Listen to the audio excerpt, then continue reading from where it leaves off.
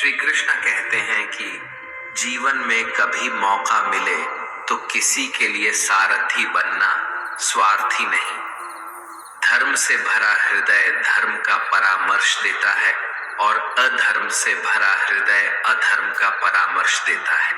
जिस जगह आपका सम्मान ना हो वहां पर कभी जाना नहीं चाहिए, वरना लोग आपको कमजोर और बेवकूफ समझेंगे।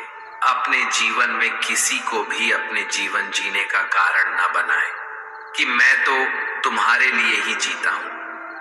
आपके जीवन जीने का कारण सिर्फ आप और आपकी खुशियां होनी चाहिए। जब आप किसी और के लिए जीने लगते हैं तो आपकी खुशियां, दुख और सभी चीजें उसी पर निर्भर हो जाती हैं। एक बात याद रखिएगा, जब कोई व्यक्ति खुद से ज्यादा दूसरों को महत्व देता है तो उसको अंत में दुख, दर्द, निराशा के अलावा और कुछ नहीं मिलता।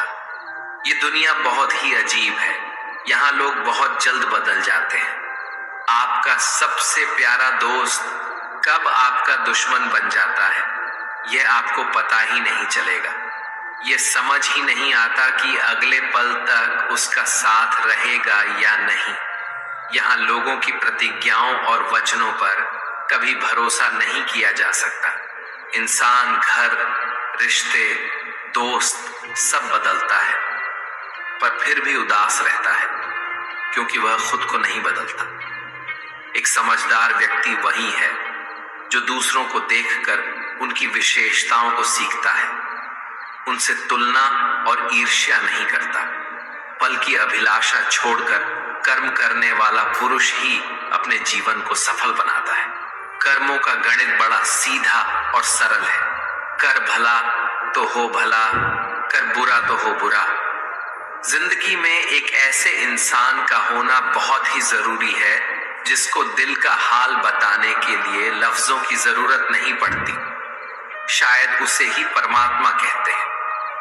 कामयाब होने के लिए अपने मेहनत पर यकीन करना होगा क्योंकि किस्मत तो जुए में आजमाई जाती है। भूल होना प्रकृति कहती है, मान लेना संस्कृति है और उसे सुधार लेना प्रगति है। जहां बारिश ना हो वहां फसल खराब हो जाती है और जहां संस्कार ही ना हो वहां नस्ल ही खराब हो जाती है।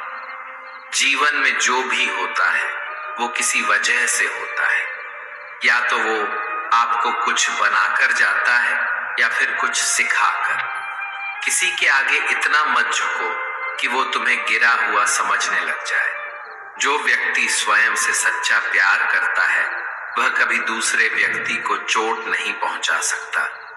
जिस प्रकार एक दिया अपना प्रकाश कम किए बिना हजारों दियों को जला देता है, उसी प्रकार खुशियों को बांटा जाए तो खुशियां कभी कम नहीं होती।